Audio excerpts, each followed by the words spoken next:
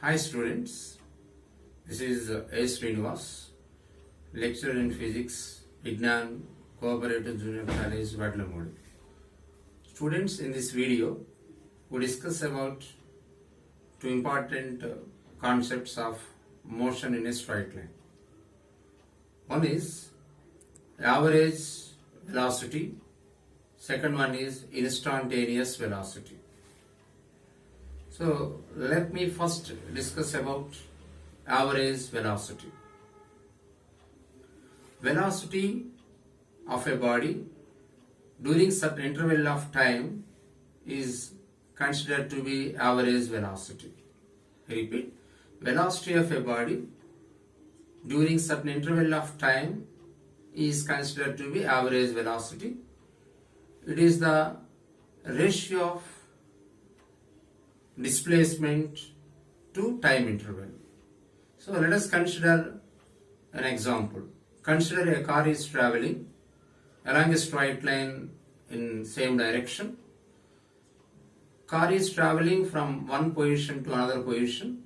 The position vector of the car is changes from x1 to x2. Time interval changes from t1 to t2. Then displacement of the car is delta x is equal to x2 minus x1.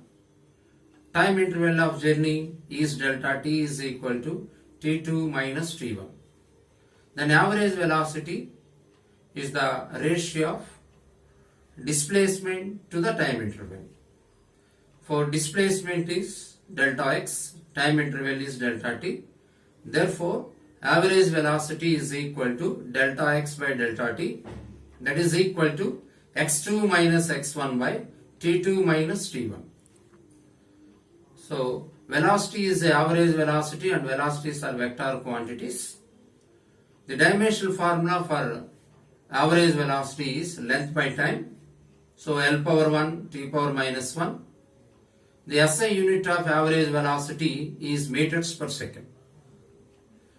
We understood the average velocity with the help of graph also. Consider a graph by taking time along x-axis and position along y-axis. Initially, at position P1, x1 is the position vector, t1 is the time interval.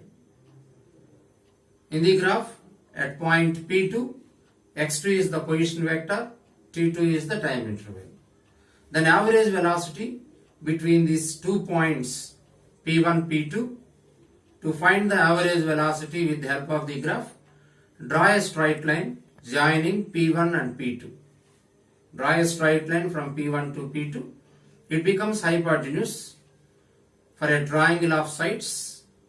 Vertical side is delta x, x2 minus x1. Horizontal side is delta t, t2 minus t1. Then slope of a straight line drawn from P1 to P2 is average velocity. The slope of a straight line joining P1 and P2 in the graph is average velocity. Therefore, average velocity is equal to slope is equal to delta x divided by delta t, that is equal to x2 minus x1 by t2 minus t1.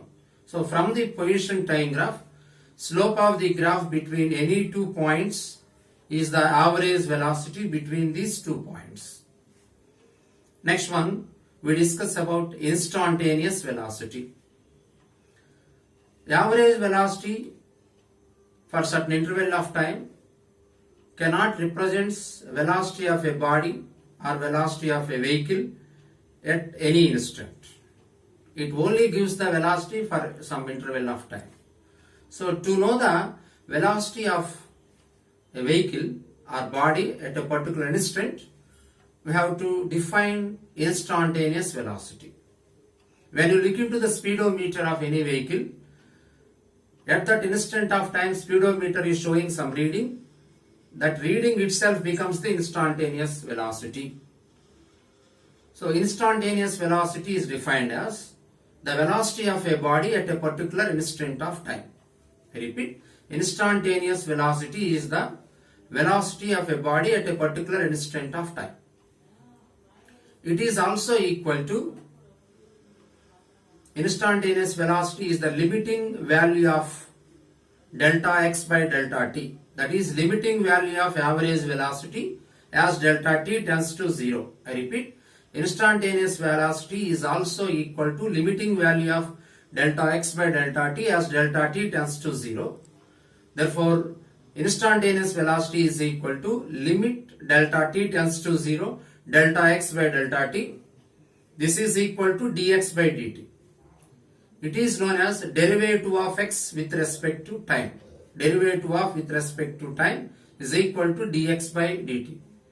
So differentiation of displacement with respect to time gives instantaneous velocity. It also has the same units and dimensions as that of velocity. So dimensional formula is LT minus 1 and SI unit is meters per second. To find instantaneous velocity with the help of graph, consider position time graph by having time along x-axis and position along y-axis. When you consider 2 points P1, P2 in the graph, they are at some interval of separation. P2 is P1, P2 has some interval of separation delta t. If that interval is reduced to very small value in the graph, when P2 is approaching P1, the interval delta t tends to 0. Then the slope is calculated at P1. Then the slope calculated at P1 for any small interval of time, when graph is very steeper, slope is calculated at P1 for very small interval of time is known as the instantaneous velocity. That is so the slope find at P1 for the given graph when the delta t is reduced to very small value. At P1, the slope calculated by taking the tangent at P1 to the graph is instantaneous velocity at P1. When body is traveling with non-uniform velocity, then instantaneous velocity cannot be equal to average velocity. If body is traveling in a straight line in same direction with uniform velocity, then average velocity must be equal to instantaneous velocity. So the conclusion is, velocity calculated for certain interval of time by taking the formula delta x by delta t is average velocity. The velocity calculated at particular instant of time is instantaneous velocity when this interval is reduces to very small value. So instantaneous velocity is equal to limit delta t tends to 0 delta x by delta t, that is equal to dx by dt. So students, I think you understood the difference between this average velocity and instantaneous velocity and these two concepts with these video examples and graph examples very well. Thank you one and all.